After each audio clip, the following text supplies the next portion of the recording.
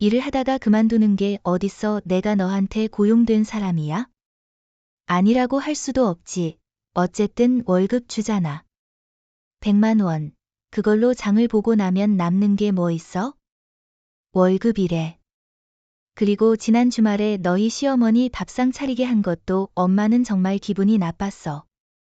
엄마가 너희 집 식모도 아니고 파출부도 아니잖아.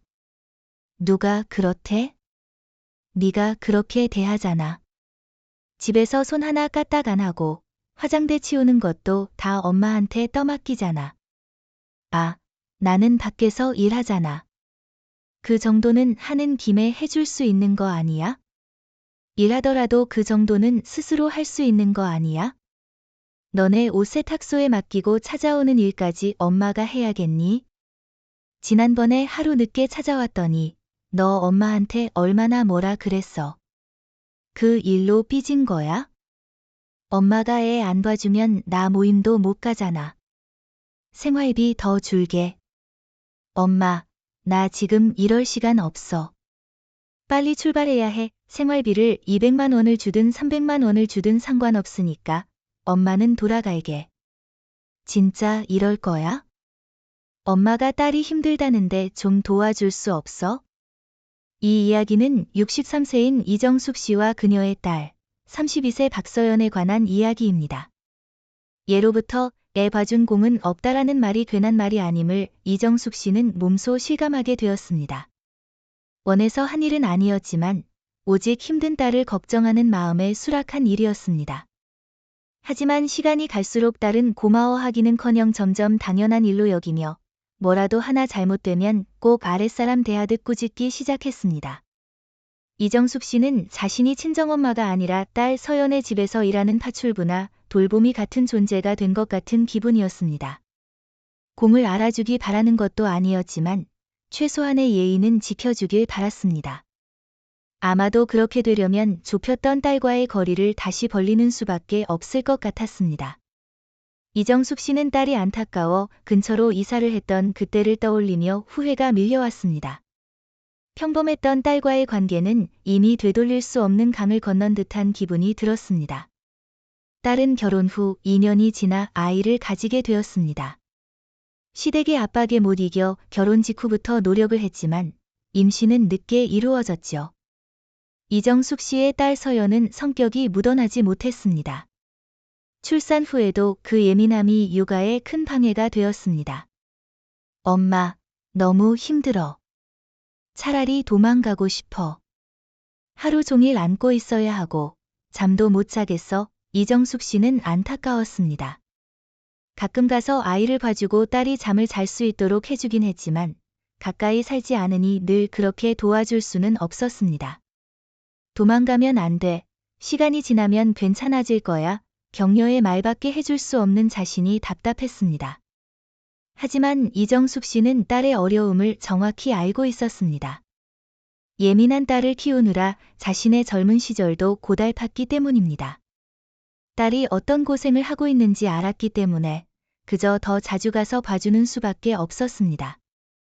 그런데 손자가 태어난 지 100일이 채 되지 않았을 때 딸은 결국 도움을 요청했습니다. 엄마, 나 정말 못 버티겠어. 도와줘. 엄마가 오늘 당장 갈게. 차로 1시간 반 정도 떨어진 거리에 살고 있던 이정숙 씨는 딸을 돕기 위해 매번 오고 갔지만 딸은 다른 부탁을 해왔습니다.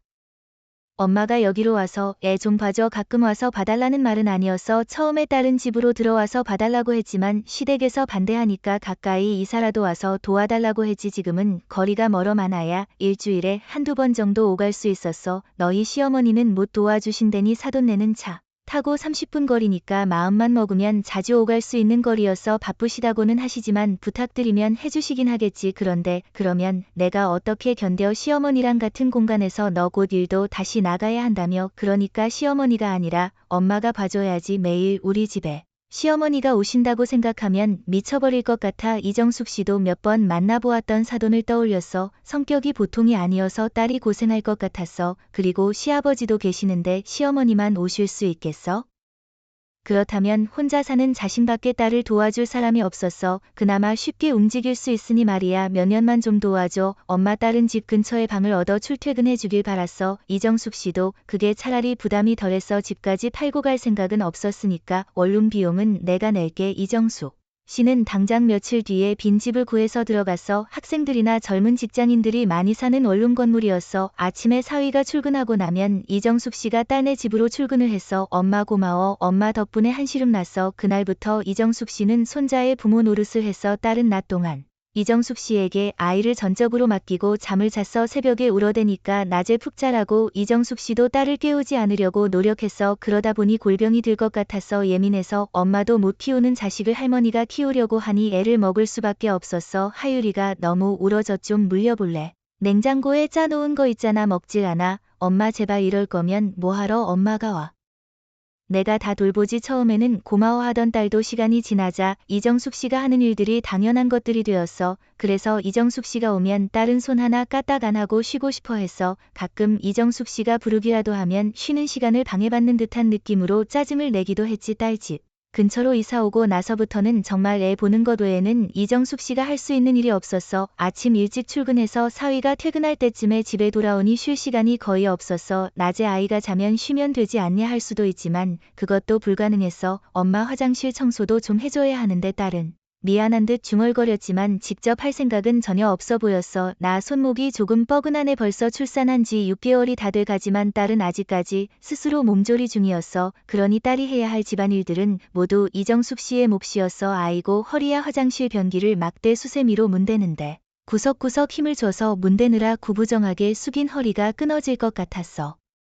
수세미질이 끝났는데도 허리를 금방 펴지도 못했어. 한참 어정쩡한 자세로 무릎을 짚고 있다가 허리를 들었는데 대단한 중노동을 한 것 같은 기분이었어. 사실 나이 60이 넘어서 하는 일은 모든 게 다 중노동이나 마찬가지였지. 엄마 오니까 진짜 살 것 같다. 딸은 살판이 났어. 손자도 어느 정도 커서 밤에는 잠을 좀 잔다고 하니 딸은 완전히 백수가 된 셈이었어. 손목 아파서 청소는 못하면서 하루 종일 휴대폰을 들고 있는 건 안 아픈 모양이었어. 나 밥 줘. 방에 손자를 재우고 나왔는데 소파에 들어 누워있던 딸이 이정숙 씨에게 말했어. 말투가 애 엄마 같지 않고 정말로 동네 백수 같았어. 네가 좀 차려주면 안 되니? 이정숙 씨도 지쳤습니다. 애만 보면 되는 게 아니라 그렇다고 집안일만 더하면 되는 게 아니라 가장 힘든 게 딸 수발을 드는 일이었습니다. 삼시세끼 챙겨야 하고 이거 해줘라 저거 해줘라 하는 소리를 하루 종일 듣다 보면 내가 지금 뭐 하고 있나 하는 생각이 들기도 했습니다. 그래서 한 소리 하면 딸은 꼭 이렇게 말했습니다. 그래서 100만 원 주잖아. 하루 종일 애 봐주고 집안일 해주는 명목으로 이정숙 씨가 받는 금액은 100만 원이었습니다. 딸은 대단히 큰 돈을 주고 있다고 생각했지만 장을 봐오는 돈까지 포함된 것이니 사실상 수고비는 없는 것이나 마찬가지였습니다. 이러면 둘째도 낳을 수 있겠어. 농담으로라도 이런 말은 안 했으면 했습니다. 생각만 해도 허리가 아파오는 것 같았습니다. 둘째, 하나도 못 키우는데 둘을 어떻게 키우게. 엄마 있잖아. 말을 참 쉽게 내뱉었습니다. 이정숙 씨는 요즘 좁은 원룸으로 퇴근하면 끙끙 앓으면서 잠에 드는 게 일상이었습니다.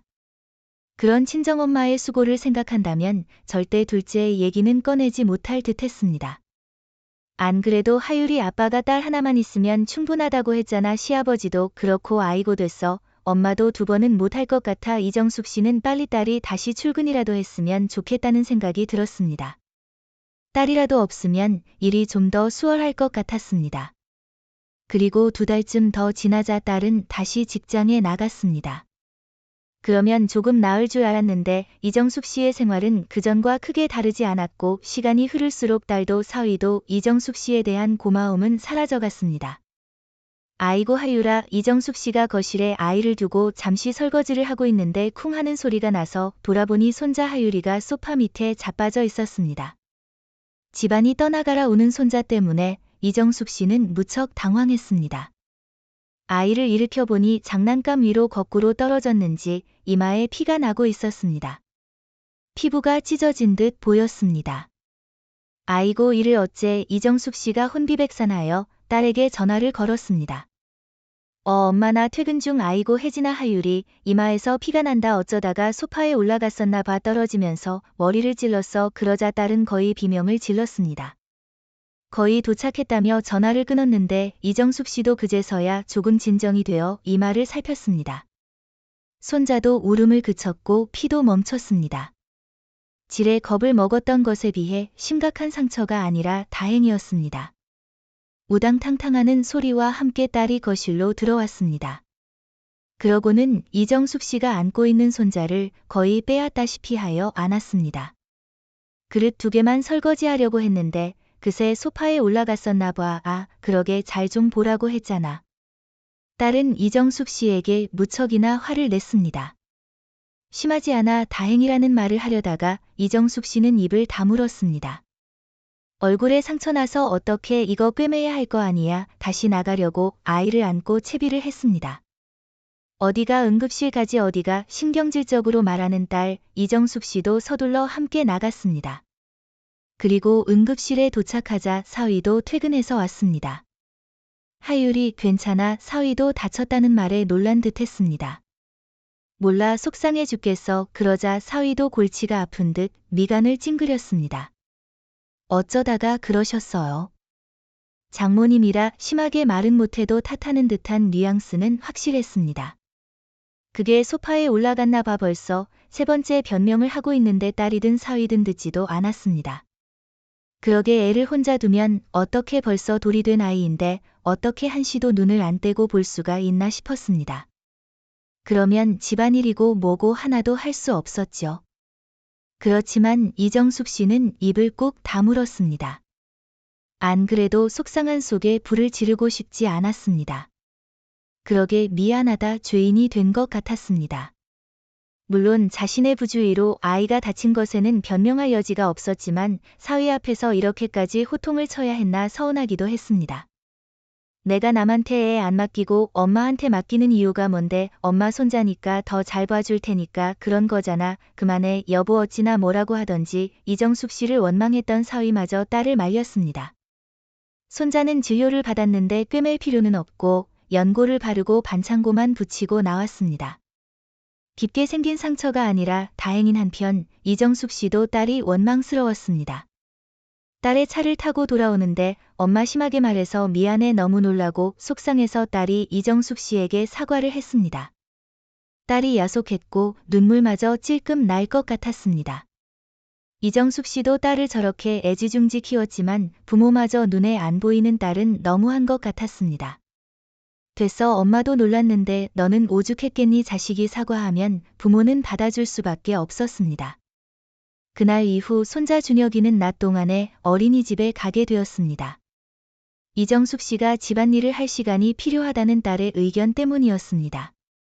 준혁이 어린이집 가면 차라리 엄마는 다시 집으로 돌아가는 게 낫지 않니? 그러면 나 혼자 일하고 애 보고 집안일까지 다 하라고 딸은 말도 안 되는 소리를 들었다는 듯이 대답했습니다. 준혁이 어린이집에 가면 엄마는 할 일이 많이 줄어들잖아. 별것 아니라는 듯이 말했지만 그걸 못해서 친정엄마를 붙잡아 두는 딸이 할 말은 아니었습니다. 딸은 주말에도 종종 이정숙 씨를 불러냈습니다. 애를 맡기고 나가기도 하고 그저 힘들다고 도와달라고 부르기도 했습니다. 빨래를 정리하거나 설거지를 하거나 그런 작은 일도 이제는 딸이 직접 하는 법이 없었습니다. 코앞에 살기 때문에 딸은 시도 때도 없이 이정숙 씨를 불렀습니다. 이정숙 씨가 이사 온 지 2년이 채 되지 않았지만 20년은 늙은 기분이었습니다. 딸은 이정숙 씨를 꼭 파출부처럼 부렸습니다. 아무리 딸을 사랑하는 마음에 도와준다고 해도 이정숙 씨도 견딜 수 없는 순간들이 있었습니다. 엄마 이번 주말에 시부모님 오신다는데 밥 좀 차려줄 수 있어? 어느 날 저녁 딸이 퇴근하면서 이정숙 씨에게 말했습니다. 이정숙 씨는 순간 무슨 뜻인지 파악하지 못했습니다. 같이 밥 먹자는 건가? 그게 아니라 시아버지랑 시어머니 다 오신다는데 저녁상이라도 차려드려야 하잖아. 난 그런 거 잘 못하니까 엄마가 대신 좀 차려줘. 다 같이 먹는 건 너무 불편할 것 같고 황당했습니다. 주말에 와서 밥만 차려주고 가란 소리였습니다. 그것도 시부모님이 드실 저녁을 말이죠. 해달라는 것 다 해줬더니 정말 이정숙 씨가 이 집에서 일하는 사람인 줄 아는 모양이었습니다. 내가 너희 집 식모니 너희 시부모님 오시는데 왜 엄마가 밥을 차려 네가 차리든지 아니면 외식을 해야지 엄마는 내가 시어머니한테 혼났으면 좋겠어. 참으로 어이없는 상황이었습니다. 너도 다 할 줄 알잖아. 그래도 엄마가 해주는 게 더 맛있으니까. 그렇지 또 요리하면 우리 엄마잖아. 딸이 애교를 부리며 치켜세우는 모습을 보며 이정숙 씨는 어이없는 웃음을 지었습니다. 그리고 우리 시어머니 성격 몰라서 그래. 이정숙 씨는 어깨를 으쓱하며 한숨을 내쉬었습니다. 이정숙 씨는 안사돈이 부러웠습니다. 적당한 거리에 살면서 가끔 보고 싶을 때 보고 와서 대접만 받고 가는 팔자가 얼마나 좋은지 생각했습니다. 그리고 며칠 뒤 주말에 이정숙 씨는 딸네 부엌에서 음식을 하고 있었습니다. 내 팔자인 걸 누굴 탓해. 딸은 아이를 보고 있었고 이정숙 씨는 부엌에서 분주히 움직였습니다. 사돈은 언제 오신다니? 6시 반쯤 오신다고 했어. 시계를 보니 5시 반이었습니다. 아직 1시간의 여유가 있어서 30분 안에 상을 차리고 돌아갈 수 있을 것 같았습니다. 정말 식모 노릇하는 것 같아서 기분이 썩 좋지는 않았지만 이정숙 씨는 사돈과 마주보고 밥 먹는 것보다는 혼자 쉬는 게 더 낫다고 생각했습니다. 그렇게 저녁상을 차리고 있는데 초인종이 울렸습니다. 엄마가 벌써 오셨나? 소파에 앉아있던 사위가 벌떡 일어나 현관으로 걸어갔습니다. 아직 시간이 한참 남았는데도 예상보다 훨씬 일찍 도착한 사돈네였습니다. 아이고 사돈 와 계셨네요. 안사돈이 인사를 건네자 이정숙 씨는 앞치마를 벗으며 대답했습니다. 안녕하세요. 오랜만에 뵙네요. 그러네요. 그런데 같이 식사하는 줄은 몰랐네요. 아, 아니에요. 저는 이제 가려고 했어요. 안 그래도 가시려던 참이었어요. 뭘 그러세요? 사부인이 준비하신 것 같은데 같이 드시면 좋잖아요. 딸이 민망한 듯 웃었습니다. 김정숙 씨는 안사돈의 성화에 결국 함께 밥상에 앉게 되었습니다. 그나저나 고생이 많으시네요. 원래 40만 넘어도 몸이 예전 같지 않잖아요. 그렇죠.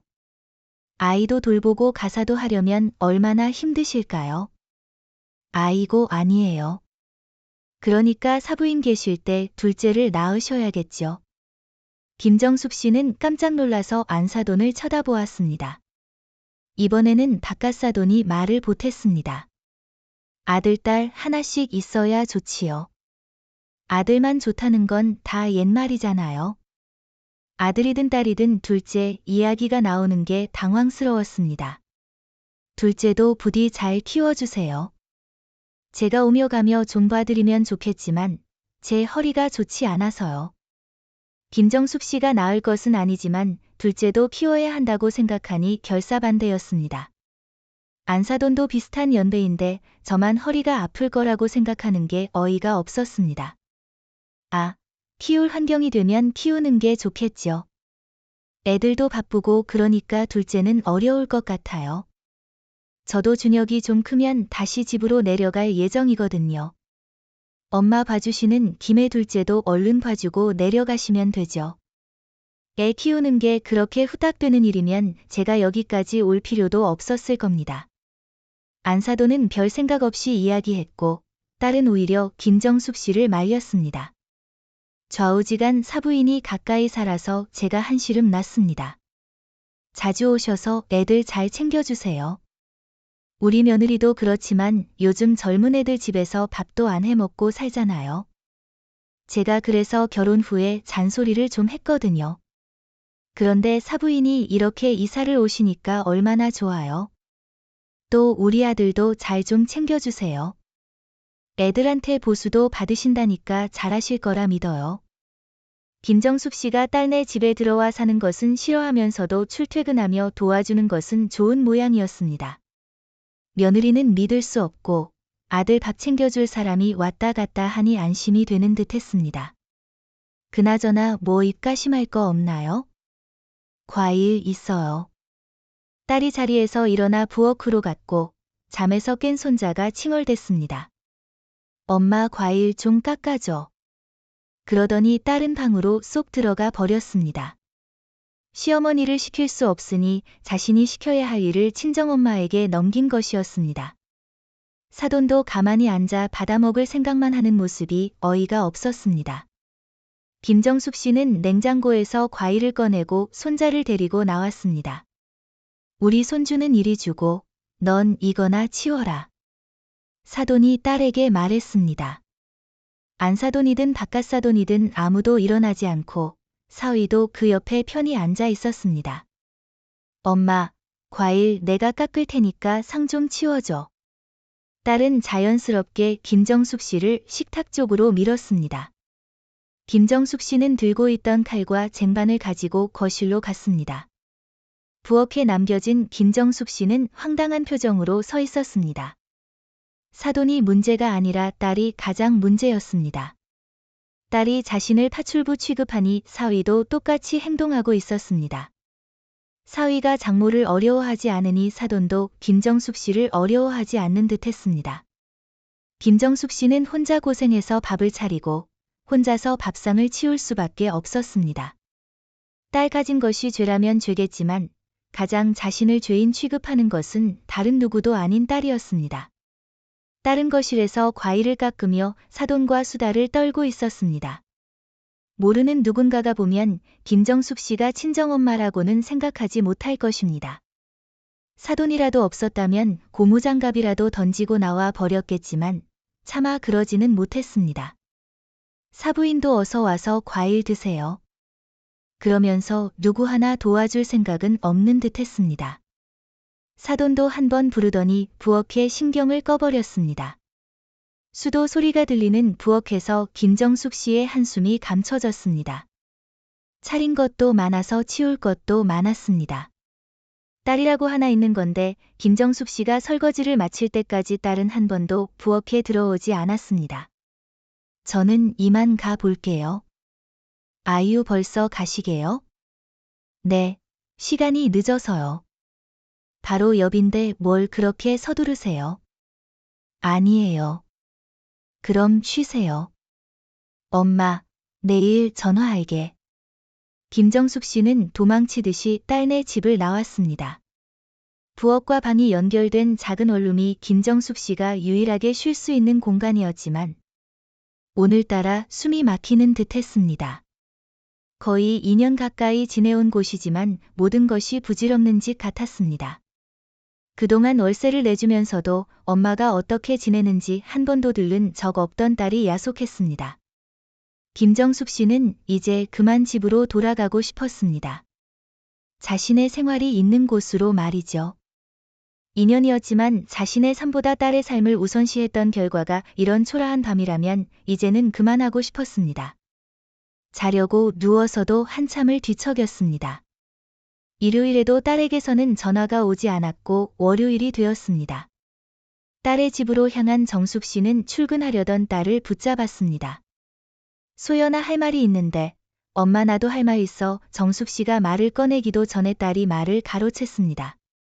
이번 주 금요일에 나 모임 있거든. 밤에 애 좀 봐줘. 한 10시 정도까지 정숙 씨의 대답은 듣지도 않고 말을 이었습니다. 현우 아빠도 같이 가거든. 애 밥 먹이고 씻기고 재워주기까지 해줘야 해 알았지 그러더니 신발을 신고 나가려고 했습니다. 소연아 금요일에는 못 봐줄 것 같다. 모레 다시 집으로 돌아가려고 딸이 당황했습니다. 이제 현우도 클 만큼 컸잖아. 그 얘긴 전에도 했잖아. 엄마 없으면 우리 집 돼지우리 돼. 그건 너랑 현우 아빠가 같이 하던지 아니면 가사도우미를 써. 갑자기 왜 그래. 딸에겐 이 모든 게 갑작스러운 듯 했습니다. 딸을 군말 없이 다 받아준 건 정숙 씨였으니 할 말은 없었습니다. 일을 하다가 그만두는 게 어딨어. 일 내가 너한테 고용된 사람이야. 아니라고 할 수도 없지. 어쨌든 월급 주잖아. 100만 원 딸은 생활비가 포함된 그 돈을 정숙 씨에게 주는 월급이라고 생각해 오고 있었던 것 같았습니다. 그러고 보니 안사돈도 보수를 받으니 알아서 잘하지 않겠냐는 말도 했었죠. 그걸로 장보고 하면 남는 게 뭔데. 월급이야. 돈을 주고 있다고 생각하니 가정부 취급을 해왔나 봅니다. 지난 주말에 너희 시어머니 밥상 차리게 한 것도 엄마는 기분이 좋지 않았어. 그때도 말했지만 엄마가 너희 집 식모도 아니고 그렇다고 파출부도 아니야. 아니 누가 그렇대 네가 그렇게 대하잖아. 집에서 손 하나 까딱 안 하고 하다못해 화장대 치우는 것도 다 엄마한테 떠맡기잖아. 나는 밖에서 일하잖아. 그 정도는 하는 김에 해줄 수 있는 거 아니야. 너야말로 일하더라도 그 정도는 스스로 할 수 있는 거 아니야. 너네 옷 세탁소에 맡기고 찾아오는 일까지 엄마가 해야겠니? 지난번에 하루 늦게 찾아왔더니 너 엄마한테 얼마나 뭐라 그랬어. 고작 그것 때문에 삐진 거야? 엄마가 애 안 봐주면 나 모임도 못 가. 한숨이 나왔습니다.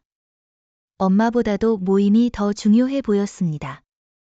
이런 딸 뭐가 예쁘다고 아픈 허리 부여잡고 아등바등 그 난리를 쳤는지 모를 일이었습니다.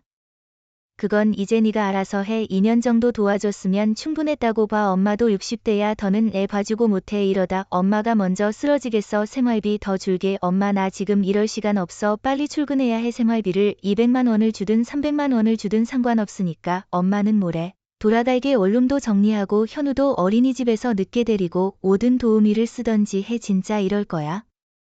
엄마가 딸이 힘들다는데 좀 도와줄 수 없어? 엄마니까 지금까지 버틴 거야? 이러다가는 내가 골병 들어서 나중엔 네가 나를 돌봐야 될 지경이야. 너는 엄마가 현우 봐줬듯이 엄마 더 늙고 병들면 그렇게 옆에서 돌봐줄래? 정숙 씨는 딸의 대답을 듣지 않았습니다. 엄마도 그건 싫어. 그리고 자꾸부터 지내면서 서로 섭섭한 소리하고 상처 주는 것도 이제 하고 싶지 않고 내가 언제 상처를 줬어. 그리고 나도 편하기만 한 것도 아냐. 알아. 그러니까 엄마랑 네 사이에 다시 거리를 넓힐 필요가 있을 것 같아. 주말 내내 생각해봤는데 그게 서로에게 좋을 것 같아. 그럼 그 방은 어떻게? 월세 계속 나갈 거 아니야. 그 정도는 엄마 고생했으니까 네가 조금 손해봐도 되지 않을까? 딸은 울먹거리며 대답하지 않았습니다. 그러고는 휙 돌아서 출근해 버렸습니다.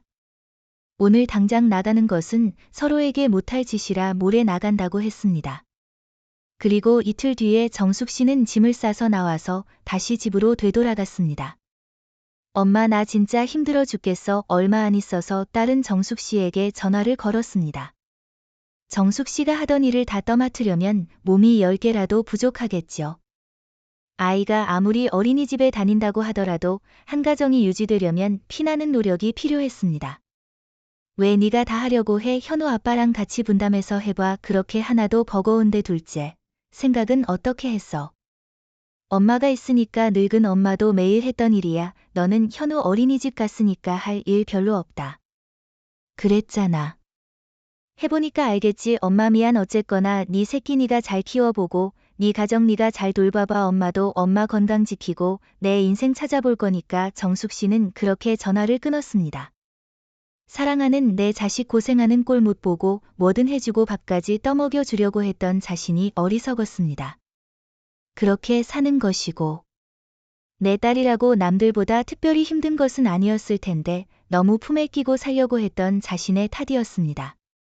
이제라도 제자리로 돌아왔으니 무척 홀가분했습니다.